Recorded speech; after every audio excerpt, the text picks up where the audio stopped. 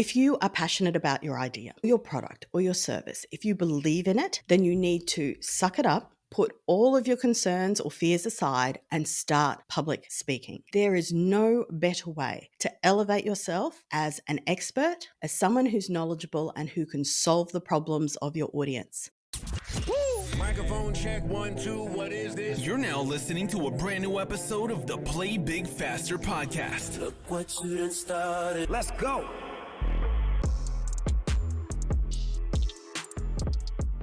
Welcome to another episode of the Play Big Faster podcast. I am your host, Scherrie Prince, and we're joined in this episode by Juanita Wheeler. Juanita is a public speaking coach, CEO, and head of curation for TEDx Brisbane. Juanita comes to us with over 20 years of experience across multiple continents, and we're going to get deep and dirty into all things public speaking. Juanita, thanks for joining us. Thank you so much for having me. I really appreciate it. Now, public speaking, I've heard people say that is one of the biggest fears that most people have, more so than spiders or ghosts or things like that. They have a fear of public speaking. How did you get into this area, and what are some of the things that people can do to make the concept of public speaking more friendly? You're absolutely right that a lot of people have this problem. Experts suggest that there could be as many as 75% of the population suffer from glossophobia, which is the technical term for a fear of public speaking. And that can range from just being slightly nervous when you are about to do some public speaking, right through to absolute fear and paralysis, and I can't get on stage. So it's really common. So if you're out there thinking, oh my gosh, it's just me, it's not. It's a whole suite of people, so don't feel bad.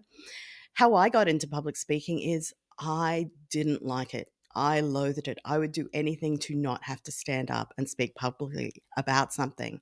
And I was in the business world. I was working for corporates and multinationals. And what I discovered is I would put together these really great proposals or ideas and pitches, and I would put them in writing because that was where I felt comfortable. And I worked on the assumption that if I put these out to people, they would read them, which was my first really big assumption, and that once they read them, they would be convinced. But then what was happening in actuality is I would go to meetings and I would be presenting, here's my document, or I emailed it around, and then somebody would get up and pitch their idea. And it wasn't that they were incredibly compelling speakers or that their idea was great. It often wasn't, but they were prepared to stand up and champion it in a room and engage with people. And what I discovered, much to my dismay, as somebody who didn't want to do public speaking, was that would win almost every time. Because if you can build a human connection with people, if you are prepared to stand up and champion your ideas, people will find that resonates with them and they will say yes. And I whinged and sulked about the unfairness of that for a month or two and then decided, okay, that's not helping me at all. And I just realized, look, if you care about your ideas, your product, your service, your research, your book, whatever it is, then you have to be prepared to champion it. And so my journey to public speaking was that I had to suck it up and learn how to do it so I could have my ideas heard, have my voice heard when it needed to be. And so I set about looking into neuroscience, behavioral economics, behavioral psychology, what makes humans pay attention and then say yes. I used myself for a guinea pig for about 10 to 20 years. And then having locked in what works for anyone, including people who are introverts or feel a fear of public speaking, how to get it done. And so once I worked it out for myself, people were asking me to help them. And then I realized this is my passion. This is what I love doing, helping people who have great ideas to amplify them and champion them to the world. So, with the 20 plus years of experience that you have, what are some of the baby steps that someone who is new to public speaking can take to prepare to work with a speaking coach like you?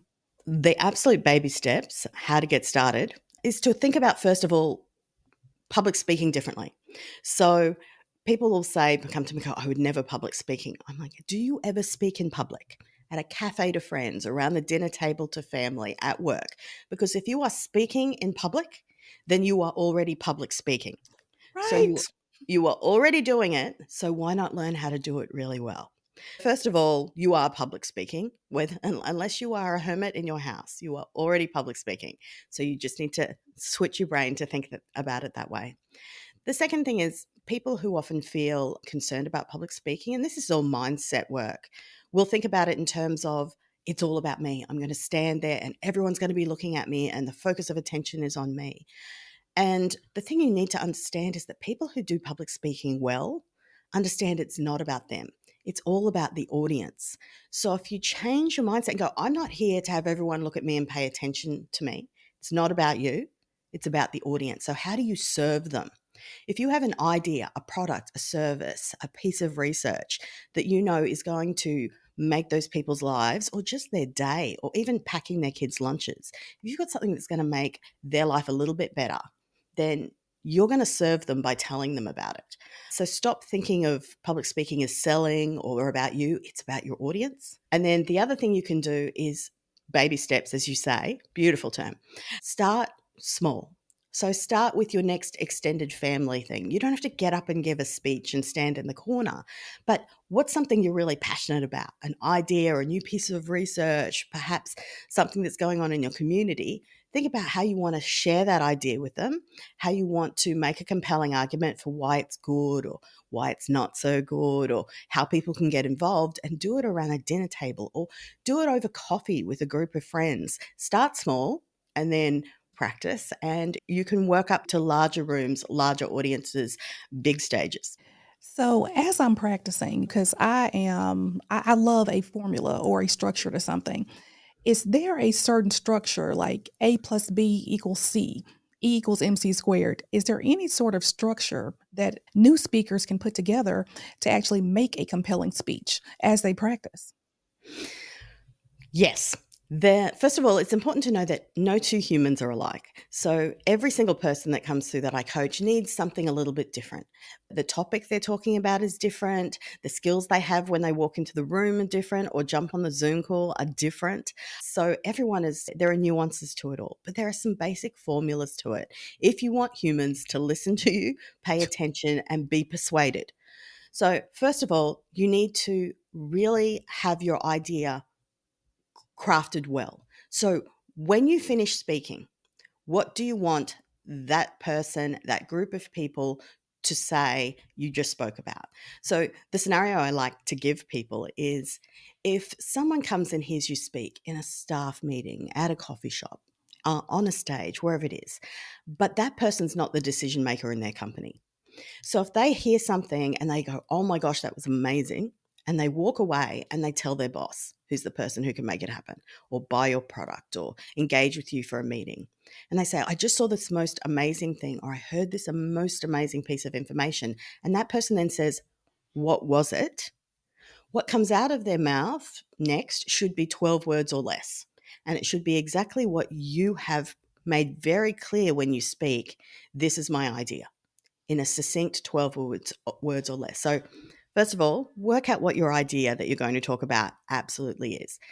If you don't have a 12 words or less idea every time you intentionally go and speak, then you're going to waffle. You're going to go off on tangents. You're going to flap your gums, and the audience will not know what your key central idea was. So, get your idea into 12 words or less, and you can start practicing that as soon as you're about to have a one-on-one meeting at work. So that's a really important place to start, is to know exactly what your idea is. The next thing is to start working out, what do I have to say to convince this person? Because it's all about the audience. So what do they need to hear? This can be really challenging, particularly for people who are very passionate about what they do, whether that's social change work or researchers, academics. They might have spent 20 or 30 years learning something, and they might have very distinct ideas about what excites them, what they think is incredibly sexy about this idea.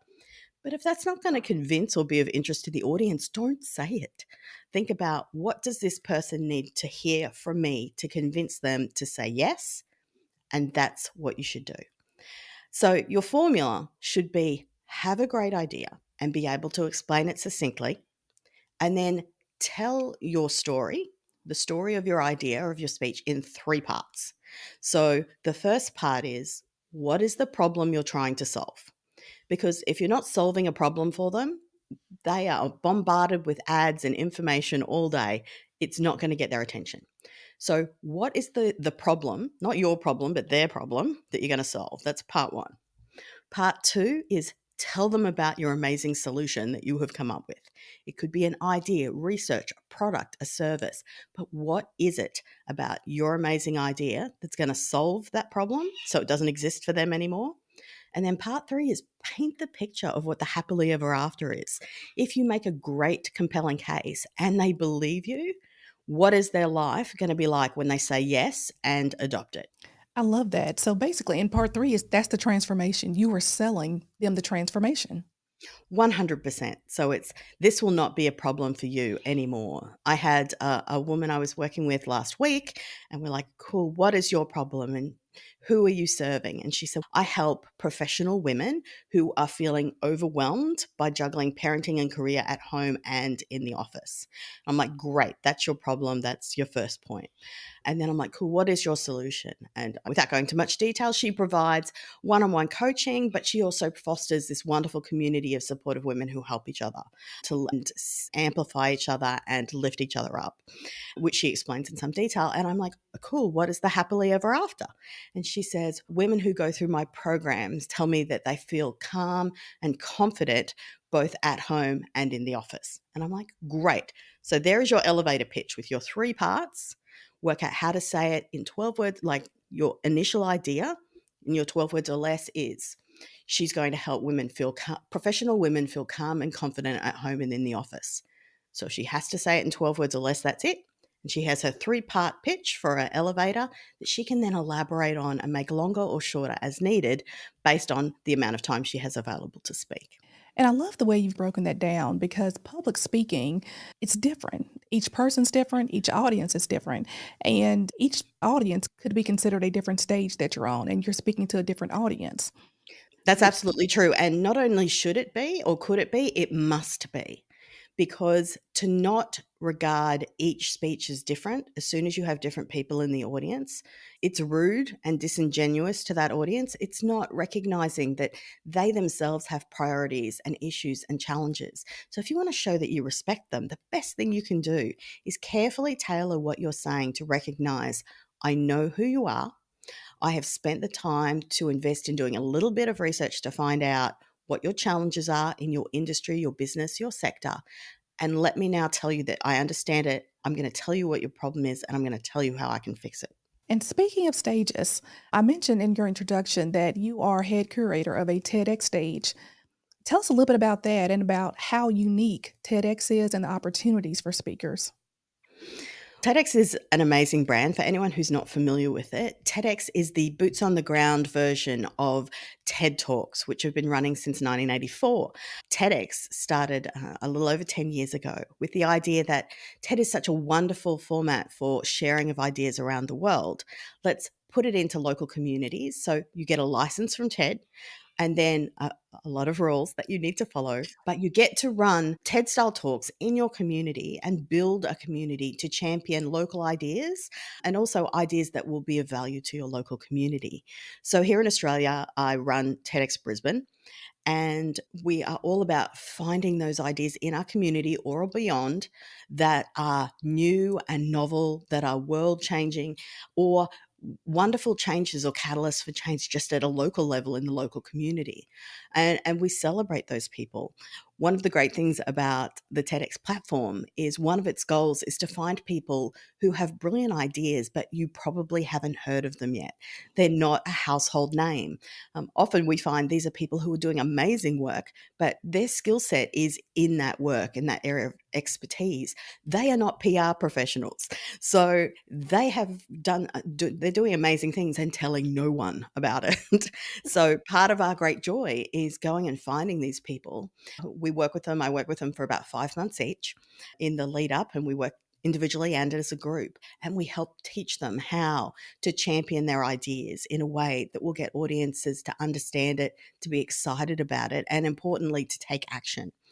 So it is an absolutely wonderful platform. There are thousands and thousands of TEDx events all over the world in every country and in every state. So it's something to look to become involved with, both attending and if you aspire to speak on a TEDx stage, it's something that is a wonderful goal if you have an idea worth spreading.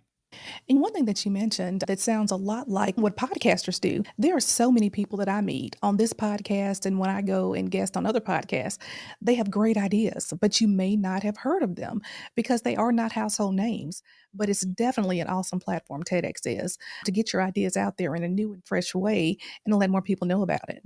Absolutely. And one of the other byproducts of that also is, and TEDx particularly, but in any time that you're doing public speaking, which is one of the wonderful reasons it's just so important for your business if you're serious about playing big, is when you get put on a stage, when a conference organizer or a TEDx curator sticks you on a stage and says to their audience, this is someone you should listen to, they're immediately conveying expert status.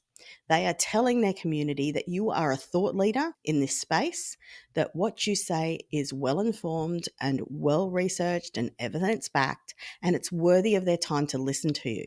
And you can't buy that kind of credibility, instant credibility that comes with that elevation as an expert. So it's, if you're serious, if you have an amazing idea or a product or service that you believe in, then frankly, you just need to suck up any fear you have about public speaking and work out how to learn to do it well. And in the interim, just start. Champion your ideas. And you mentioned that if someone is selected for the TEDx in your community, that you work with them for 5 months, what does a person need to do to prepare to be a TEDx presenter? And what should they look forward to if they're selected for that 5 month process? Every TEDx is different, the way that they do it. Ours is a fairly intensive model because part of that is our philosophy. So at TEDx Brisbane, we are not just preparing you for that particular 3 to 18 minutes on stage, though obviously that's very important. We're working with all of us because we want to give them the tools, not only for that day, but for every piece of public speaking they do thereafter. One of a former Queensland Australian of the Year, Dr. Dinesh Palipana, who is an amazing person, and his talk is great. He came and went through our program, our training program, and he lovingly said to me afterwards that being coached by me and going through the program was like climbing Mount Kilimanjaro. It was really challenging. He says, but I can go and speak on any stage in the world now, and I know how to do it. And he does. He speaks all over the world and is amazing. But so with we warn speakers when they come on and agree to accept an offer to come to our event. Well, this is going to be fairly intensive, but you will walk away at the end and be able to speak on any stage in the world. So for our speakers, we bring them in. We have already, at any given time, we have about 120 ideas and people on our shortlist. We typically watch them for 2 to 3 years before we extend an invite. We read everything they've ever written. We listen to every podcast, every media interview before we decide, is this the idea we're spreading, an idea that has a significant impact that can change everything we're going to put on our stage. But by the time we've shortlisted them, interviewed them, and we've said, yes, you're a speaker, then they come in with their idea. And some people will have no experience. So they're, oh my gosh, please help me.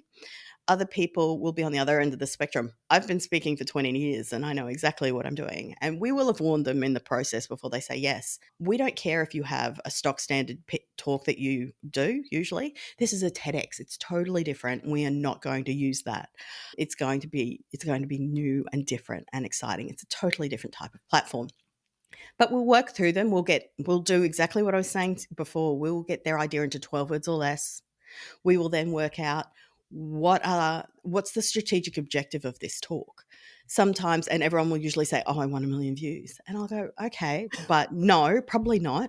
And we had a wonderful example. There was a young man called Ben McMahon, and he came up, his talk was about a product innovation that he had, combining different products together to help people who have a stroke to be able to stay in their home longer by being able to navigate around the room without bumping into things. His mother had a stroke quite young. And so his reply was, I want 1 million views. I'm like, Ben, you really don't. That'd be lovely. But that's not your strategic objective. What do you need to happen next with your idea? And he said, I need to get it trialed in stroke units in hospitals. I'm like, great. So your target audience is actually people who can say yes to initiating trials in stroke units of hospitals. That is not a big number of people globally. So let's just be very clear about who your target audience is. And then we went through the process and said, what do they currently believe about stroke rehab? And we wrote that down and we brainstormed that. And we're like, and what do What are the reasons they might not want to say yes to your trial proposition? And we thought about that. And then we're like, what do we need to say to convince them? What data can we bring? What evidence can we show that says, here is a problem you have. Here's how my idea is going to solve it. Here is the happily ever after.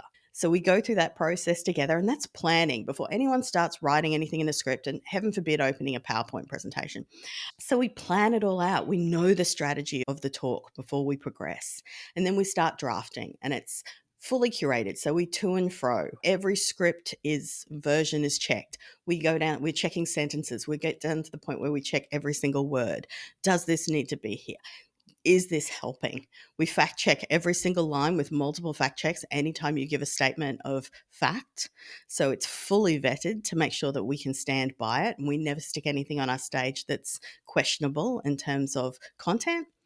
And then once the script is locked, and the script is usually locked several months out before the event, then we start work on stagecraft.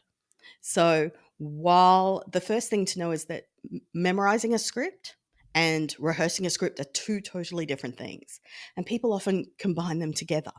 And that's just not how that works. Now, I'm not saying that every presentation you ever give should be memorized. If it's a really long presentation, if it's over 18 minutes, hardly any of my speakers will memorize the entire thing, but they will memorize key sections of it so they can deliver it, because it's not just for that one presentation.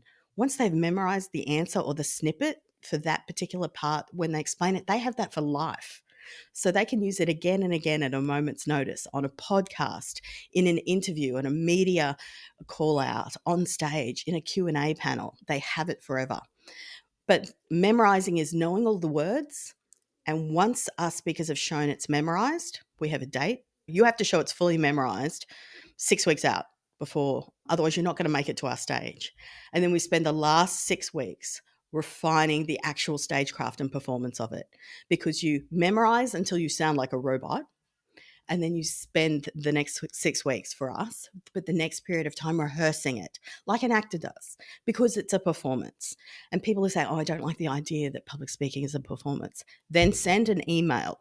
Because if you are performing, public speaking is a performance. You are selling your idea. You are presenting it in the best, most authentic version of yourself, championing an idea that you believe in.